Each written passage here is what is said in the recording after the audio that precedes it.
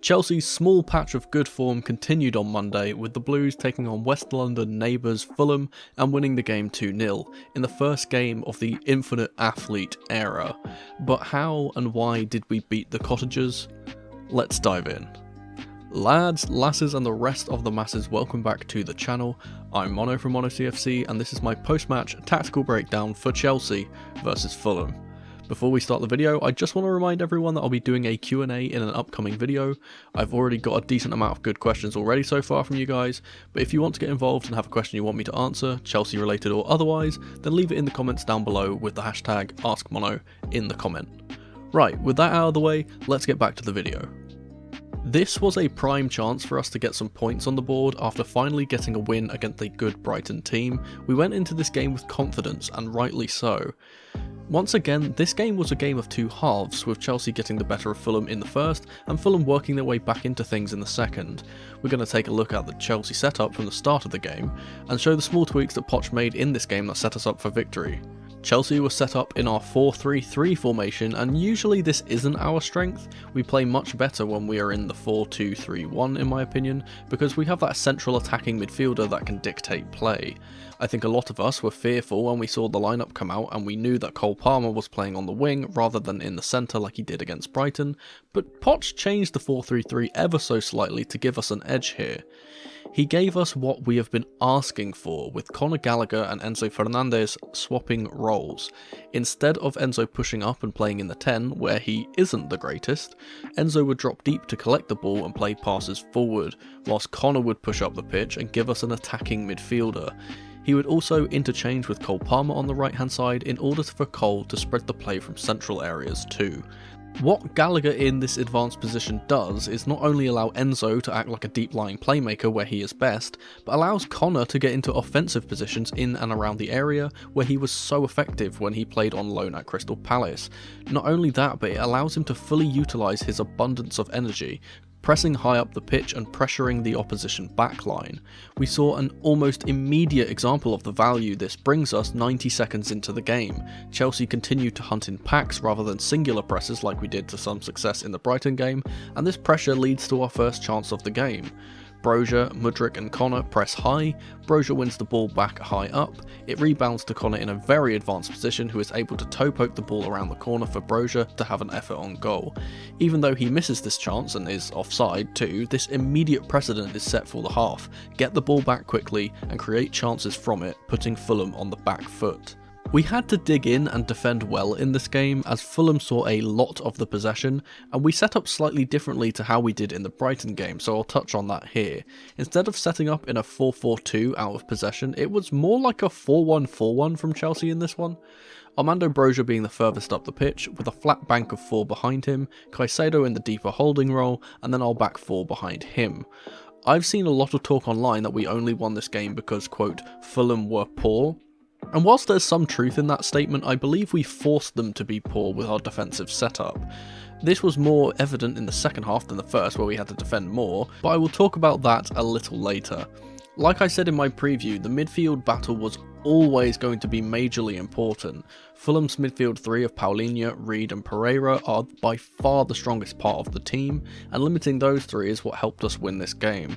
I outlined this in my preview. We compact the midfield and leave no space there to play through, and this meant that Fulham had to try 2 options: play it down the wing, which is what we want them to do, or play the ball long, and they did this for the majority of the first half with almost no success. But ironically, it was the Blues that found success from a long ball, as Fulham didn't get numbers back quick enough after their own corner. Moises Caicedo plays a fabulous long pass into an advancing Levi Colwill on the left hand side, who dinks the ball over the head of 2 Fulham defenders into the path of Mudryk, who controls it beautifully with his chest before slotting the ball home for his first competitive goal for Chelsea. But that's not where this ends, because only 20 seconds later, Bernd Leno is picking the ball out of his net again. I said this in my preview, but Fulham are a team whose heads drop after they concede, and Tim Ream showed this, both psychologically and literally. We barely even got to see how this move develops because the replays are going on whilst it does, but we see the aforementioned American pass the ball wayward under pressure from Cole Palmer, giving it straight to the ex-City man, who slots the ball through to Armando Broja. Ream then tries to clear it, but it ricochets off the Albanian straight past the keeper for Broja's first goal since his awful ACL injury.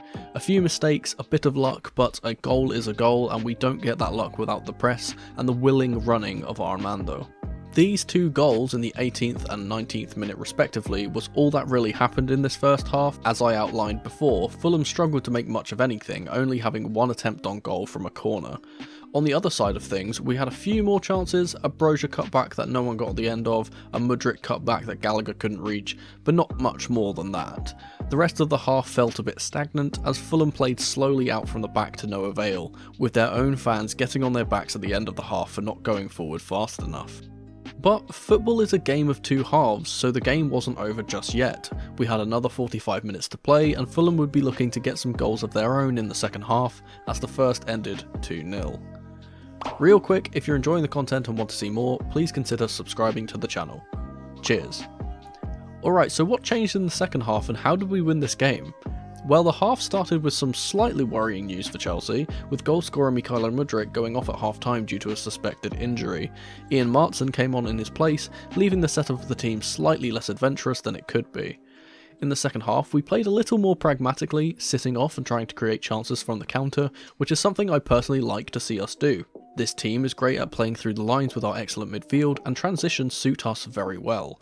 When we are 2 goals up, we don't have to chase more for the 3 points, and this way of playing ensures that we go home with the win. That's not to say that this was the plan though. I think some slight tweaks to Fulham's setup actually pushed us into doing this. The actual changes of Carlos Vinicius coming on for Raul Jimenez and Alex Iwobi, who I thought should have started personally, coming on for Harry Wilson certainly gave them a boost, as they started playing quicker and with more purpose. But the main thing that Fulham did in this second half was that they stopped being so reserved. Instead of passing it slowly around the back with all their defenders in a line, they pushed their fullbacks high up the pitch for overlaps and tried to fashion chances for Vinicius in the centre with high crosses. Speaking of the Brazilian, I think now is as good a time as any to mention his situation with Thiago Silva shortly after coming on. Everyone is talking about referees and the Liverpool vs Spurs game and how that should be replayed, etc. But why is no one talking about this disgraceful challenge, if you can even call it that? I'd personally love to hear the audio on this one. Yeah, nah mate, he's just clotheslined him in the back of the head, no violent conduct here. Oh, alright, sound, play on. I think Premier League refs are in for an absolute hounding soon if this atrocious level of officiating continues, but play did continue without a red card until we got to our next 2 nearly moments in the game. Robert Sanchez playing a loose pass straight to a Fulham player which he was lucky to get away with, which then led to a great chance for Chelsea to score. We quickly moved the ball up the pitch after recovering from that small Sanchez scare. Broja holds the ball up nicely until Gallagher makes an overlap on the right hand side. He cuts it back to Martson on the edge of the box, who opens up his body and curves the ball to the far corner, smacking the post. A couple inches to the right and this is a peach of a goal, but instead ricochets into the path of Enzo, who kills the ball's momentum wonderfully before smashing it goalwards for Leno to save spectacularly. Fulham also had a great chance to score around the 77th minute mark, with Tom Cairney finding Sasa Lukic in the box excellently, but Robert Sanchez was determined to keep his clean sheet and kept the ball out of the net. But apart from that, neither team ever really looked like they were going to score in the second half. Chelsea's midfield was far better than Fulham's, but after Broja came off for Sterling we looked toothless at times too, causing both teams to stalemate in the second 45 minutes. Unfortunately for Fulham, we had already scored 2 and they couldn't get back into the game. That was the story of this game really. Chelsea gained 3 points and now we move on to Saturday where we will have another away tie against Burnley at Turf Moor. The match preview for that will likely be out on Saturday morning around 8 to 10 AM, so keep an eye out for that one. And finally, before the end of the video, it's time for the question of the day. As always, I'm going to highlight some of the comments from the last video, so here are a few responses to the last question of the day. Thanks guys for your continued support as ever. If you want your comment to be featured in the next video, leave your answer to this video's question of the day down below with QOTD at the start. So for this week's question of the day, we'll go for another fun one. If you could bring back one Chelsea player from the past to play for this current Chelsea side, who would it be and why. But that was just my tactical breakdown for this match. Thank you ever so much for watching. Let me know your thoughts on this match in the comment section below, and if you'd be so kind, subscribe to the channel and leave the video a like if you enjoyed. Don't forget to tap the notification bell so you never miss a video from me, or check out some of the other videos on the channel on screen right now. I've been Mono from Mono CFC, and remember, in the rain or in the dry, keep that blue flag flying high. Come on you Blues.